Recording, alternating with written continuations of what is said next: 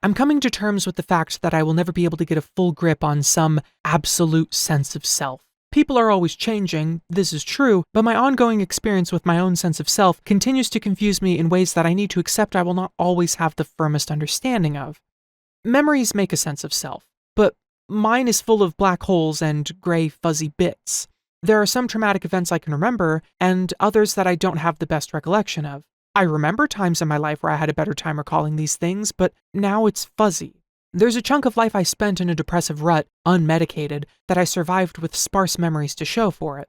I've surprised, maybe even scared, friends of mine who spent those years with me when I tell them how little I remember. What if I lose my health insurance and my meds? Will I once again lose the ability to form memories? I've seen chat logs with people I used to talk with even just a few years ago, full of hundreds of messages, yet none of them jog my memories of the person I was talking to. I feel a tinge of shame when they say they remember me and I don't remember them. It's hard to accept that our footprints, digital or physical, are meant to be messy. I have to actively fight the urge to neatly organize all of my past conversations and writings and creations, but I can't. Why do I feel the urge to double-check everything as if to rewrite history or put a stamp of approval on it when I should just let it go? This urge will keep me from living the life I have in the present if I cannot learn to resist it. Maybe it's an internet that can't handle that every person has a troubled history. An internet that loves finding dirt on people and using it as an excuse to write people off instantly. Some say they believe in anyone's ability to change, but seldom do in practice. I have to get used to sniffing out those who like the thought of being an ally or patient or understanding, but fail when tested on these qualities. I have to remind myself that existence only feels tiring when I'm tired, that feeling overwhelmed in a particular moment or dropping a spinning plate doesn't make me irresponsible or a failure, that a single troubled point does not define my sense of self or who I am in this current iteration.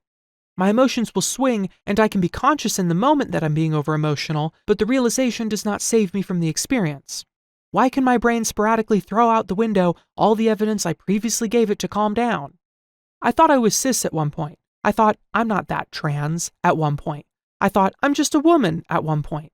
And the more I dug, the more complicated these feelings got. How the fuck am I going to be a non-binary gender-fluid trans femme? I know that's what I am, but how am I supposed to live up to my identity when I'm still trying to get comfortable in this body?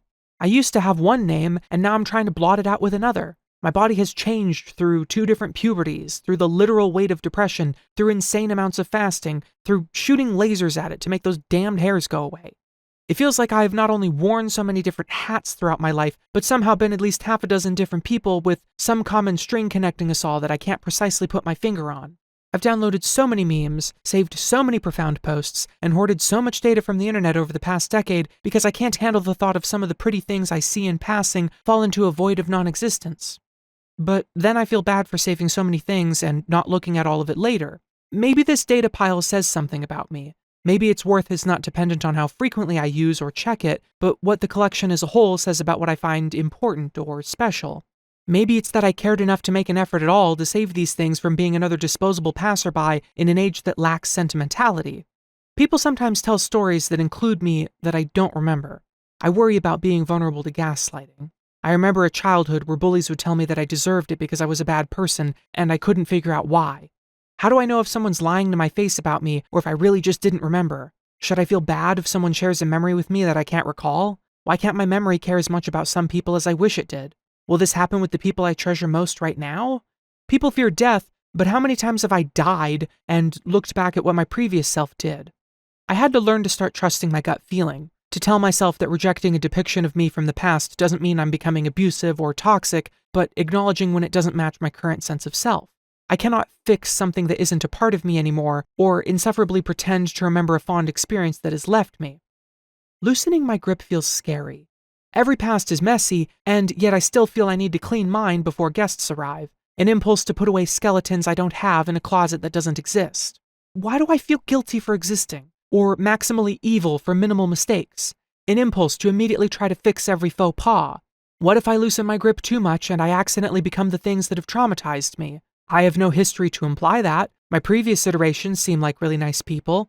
I hate when anyone implies that being a kind person is some sort of skill that diminishes with age because their tolerance or spoons for things dry up as bitterness creeps in and expends their kindness as if it's some kind of finite resource. Part of me wants to believe that this bitterness creep isn't universal, I can't understand it because such experiences don't feel like they're in my natures. Or maybe this is just a naivety that will turn me into a shitty person without warning. I'm trying to unlearn this idea that there are good and bad people. People are more complex than these simplistic Christian fetishizations of moral absolutism. Maybe they're hurtful to you and you have to keep away from them. Maybe they're really kind and they invite your company in ways others don't have the privilege of experiencing. Or maybe they're part of a massive gray area where they're unhelpful for some things and helpful for others. Which doesn't mean bad either. Maybe I need to ask, will I lose my way instead of, will I become a bad person? I have to revisit parts of my past because I lacked the consciousness or sense of self to experience them correctly. My measuring stick for how difficult an experience was, or how upset something made me feel, or how sentimental I really was about something, it all has to be recontextualized. I was previously too numb, too clocked out from reality, to correctly process a lot of the life I've gone through thus far. It's a lot to handle all at once. Is this helping me build a better sense of self? Does a strong sense of self look like competence? Or the acceptance of the human limitations of competence? What does competence even mean? A strong person says, I can't carry this. A smart person says, I don't know. But does a person who has their shit together admit their life is messy? Is everyone hiding it out of cowardice? We can't control nor predict the destination of our sense of self. I'm tired of the social dogma that makes people think they're competent for asking, where do I want to be in 3 years? As if that's a reasonable question.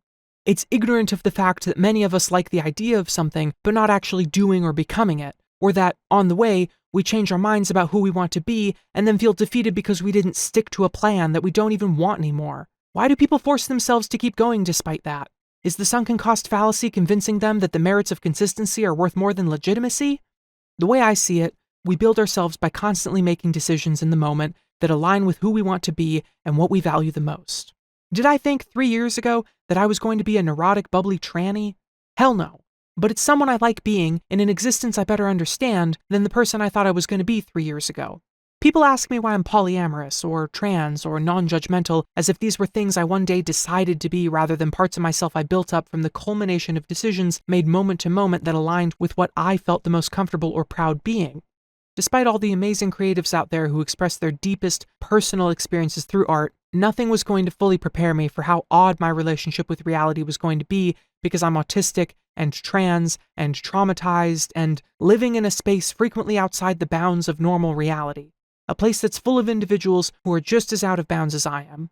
And yet, I wouldn't have it any other way. It's all I can understand now.